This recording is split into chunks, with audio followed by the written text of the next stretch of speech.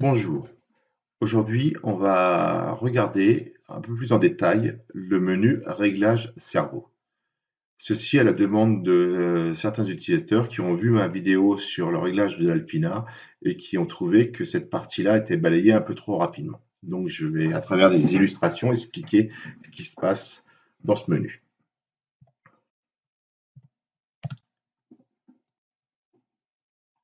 Donc si je représente par un secteur angulaire ici, la partie où le cerveau moteur ne peut pas accéder parce qu'il y a collision mécanique, les commandes vont forcer ou on va au-delà. Donc on a notre cerveau qui est représenté en vert, la course du cerveau, et qui va d'une position max à une position min, donc maximum positif, maximum négatif, voilà comment je vais les appeler pour la suite. Donc lorsqu'on est en présence d'un modèle de débutant, bah, cette configuration elle est assez facile parce que les commandes ont des battements aussi relativement importants et puis on n'a pas une programmation assez complexe. Par contre, lorsqu'on a des modèles un peu plus complexes, rapidement, on risque d'être confronté à ce cas-là. C'est-à-dire que mon cerveau a une course max et malheureusement, pour pouvoir exploiter au maximum l'ensemble, je risque d'avoir une collision. Donc, il va falloir que je limite numériquement, par programmation, le débattement de mes cerveaux. Parce que si je ne le fais pas, bah forcément, si mon cerveau rentre dans la zone rouge, bah je vais avoir un endommagement. Donc, ça peut aller simplement d'une commande qui va se tordre ou un cerveau qui grille, ou pire, un modèle qui va au tas et qui finit entièrement cassé parce qu'on a mis en cours le cerveau ou quoi que ce soit. Donc ça, c'est vraiment quelque chose qu'il faut absolument éviter. Pour cela, bah, la programmation du menu réglage cerveau permet de le faire. Alors, ce qu'il faut comprendre, c'est que lorsqu'on arrive dans le menu réglage cerveau, on s'aperçoit qu'il y a plusieurs max. Il y a des max positifs, max négatifs, et des max positifs limites et des max négatifs limites. Donc, pour faire la différence entre les deux, bah, je l'ai illustré un peu par des couleurs. Donc, max positif et max négatif limite, comme son nom l'indique, c'est les limites max que le cerveau moteur ne pourra jamais dépasser. Donc, il y a ça. Et si je fais apparaître en jaune, bah, le max négatif et le max positif que je vais programmer. Bah, attention, celui-ci, c'est le max positif qui sera affecté. Par exemple, si on met un dual ride de 100%. Je m'explique. Je mets ma dérive à dual ride de 100%. Je mets mon manche de dérive embuté d'un côté ou de l'autre. Et bah, la valeur que va atteindre mon cerveau, c'est cette valeur-là.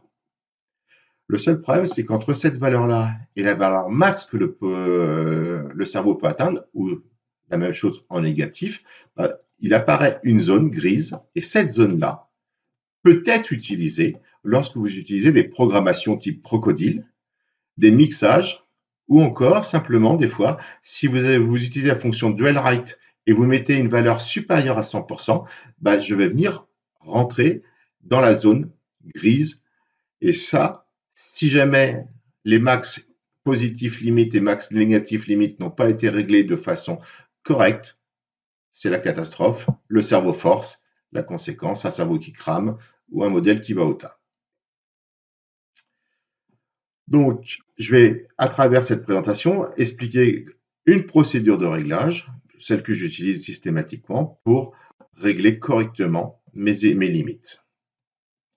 Alors, déjà, attention, à ce stade-là, la radio est allumée, mais le récepteur n'est pas branché. Je vais commencer par saisir des valeurs, donc et ce pour tous les cerveaux sauf le moteur électrique.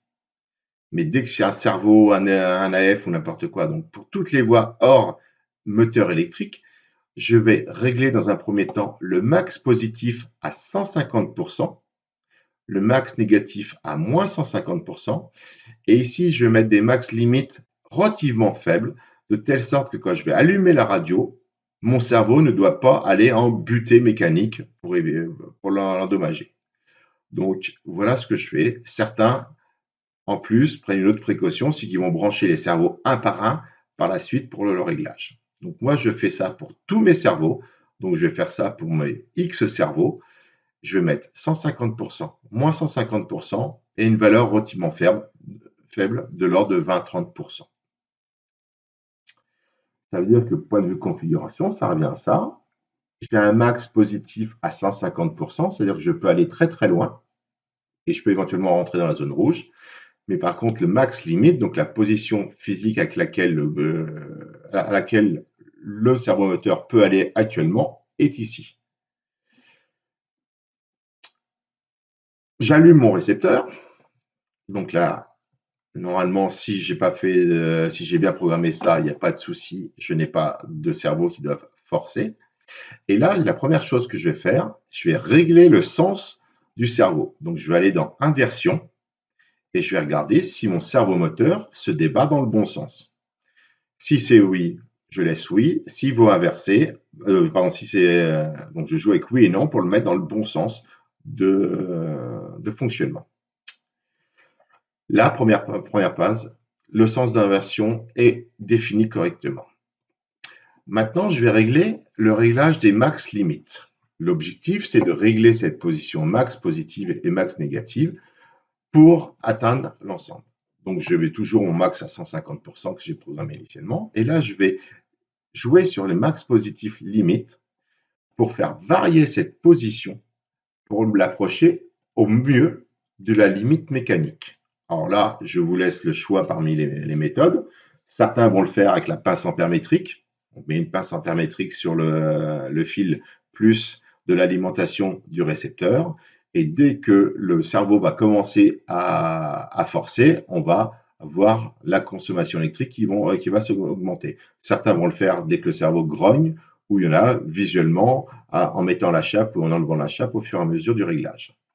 Donc l'idée, c'est de basculer, de positionner le max positif limite et le max positif négatif limite, de telle sorte qu'on soit à la limite de la collision ou inférieure pour être sûr que je n'endommagerai jamais mes cerveaux. Donc j'obtiens ceci.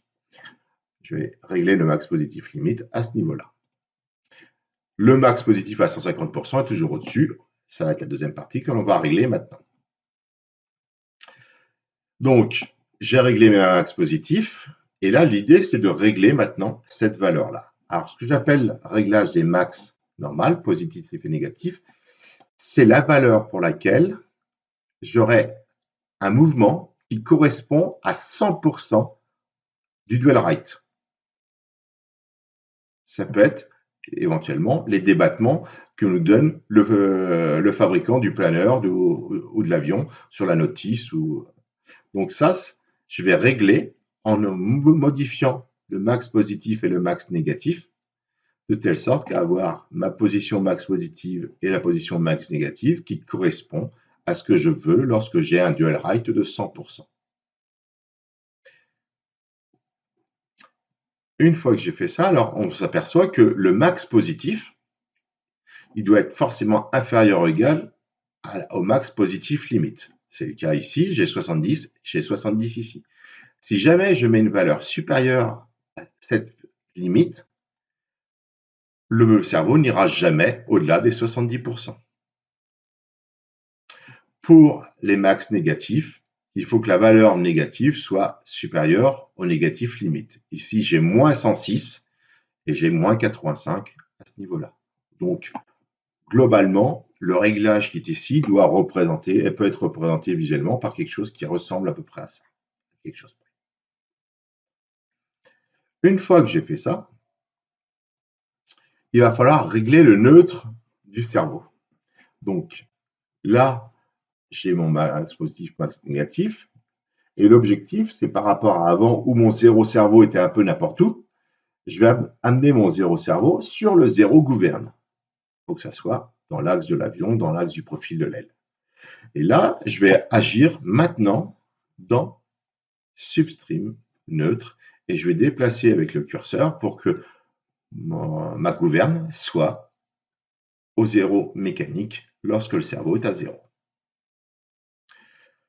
Une fois que j'ai fait ça pour ces 3 étapes pour un cerveau moteur, les 4 étapes, inversion, réglage des max positifs, limite, négatif, limite, réglage des max positifs, des max négatifs, et enfin, réglage du neutre.